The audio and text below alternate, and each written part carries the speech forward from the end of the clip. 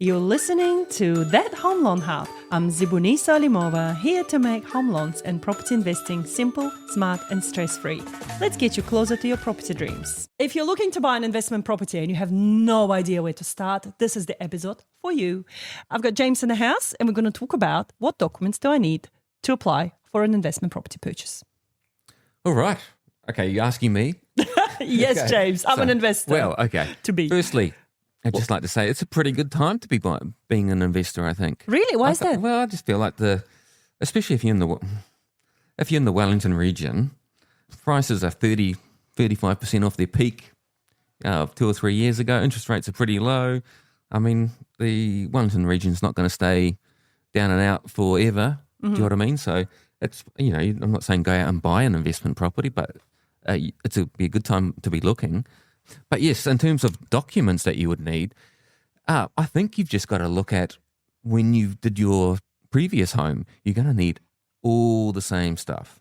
So you're going to need your sale and purchase agreement signed. Do we do pre-approvals for investment properties? We can absolutely do pre-approvals for investment properties. So it's the same thing that you would go through. You need your 3 months bank statements, and you're going to have all the same criteria ticked off that you did when you bought your previous home. So you want your bank accounts nice and tidy. You probably want to get rid of the online gambling and all that kind of carry on, and the Afterpay and the Zip. I'm so surprised these days. Just everybody's got the Afterpay and the Zip, no matter how much money they're making. I've got an Afterpay. I'm not making that much money, but I have an Afterpay. I haven't used it, to be honest. It's just sitting there. And I think I've used it like 6 years ago. Yeah. And somehow the account is still alive. Wow. And I don't get charged for it. It just sits there. And I didn't even know about it until I got an email. So, Okay. yeah, absolutely. You just got a cross against your name in my little book. So it's really surprising. That's a really common thread. And then you also need proof of your pay. You want to make sure if you're self-employed, you're still going to need your 2 years of financial statements showing your net profit. And if you're halfway through the year right now, we actually need the 6 months that just passed. Yeah. Did you know that? No. Yeah. Okay, so the last half year and then... And the last 2 years. Yep. Oh, wow, okay. Yeah, because they want to see that, look, it's been already 6 months into this year. How's the business tracking? Yeah. Because you could have amazing 2 years prior, but right now things could not be as flash. And the bank needs to know. Yep. Yep, totally understand that from the bank's perspective. So it's a full application for an investment property. So it's not different to first-home buyers. The only difference, I guess, for the first-home buyers, if you've got a KiwiSaver that you're using for the deposit. But for the investors, you might be using your home as an equity. Yeah. So you might not have cash saved up, or you might not have KiwiSaver that you can use, but you may have equity. So if you bought a house 10 years ago, your property might have doubled in value by now.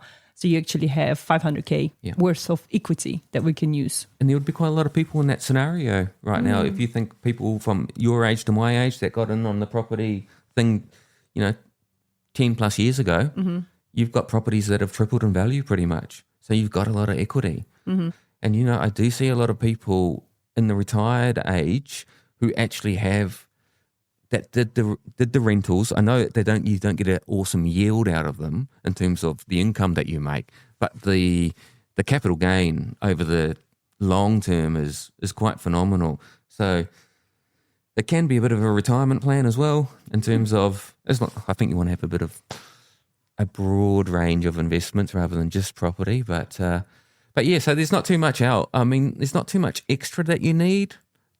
Other than what a first-home buyer would have, other than just 70% LVR or loan value ratio. 70% loan value ratio. So you need at least 30% deposit. Absolutely. Or 30% equity in your other home. Yeah. And again, for those numbers, we can actually sit down with people and work out how much available equity they have. And for those that don't know what available equity means, I did do a webinar a couple of years ago now. It's on YouTube, but it's still relevant. The calculations are still relevant to today's scenarios. So I would highly recommend for them to go and have a look. And maybe we can embed that in the podcast to link it up. But it's very, very important to understand that even though you already have a loan, the bank will still look at you as a brand new client to them for a new credit event. So as you say, you have to be good. If you've got bad credit check or if you've racked up all the different bills, you may not be a good client for a new property. Yeah, I'm going through this with a couple of clients at the moment, but what makes it a little bit harder is they're living overseas and they're looking at just changing lenders.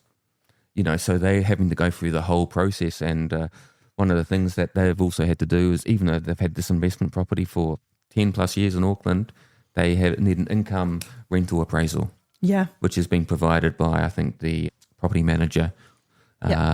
So just there are a few extra steps. Yeah, but we can lead people through that. So don't be scared. If you are sitting there thinking whether you should buy a property or not and what documents you need, reach out to us. We still help clients in those situations as well. So we're not here just for the first home buyers. We actually deal with a range of investors.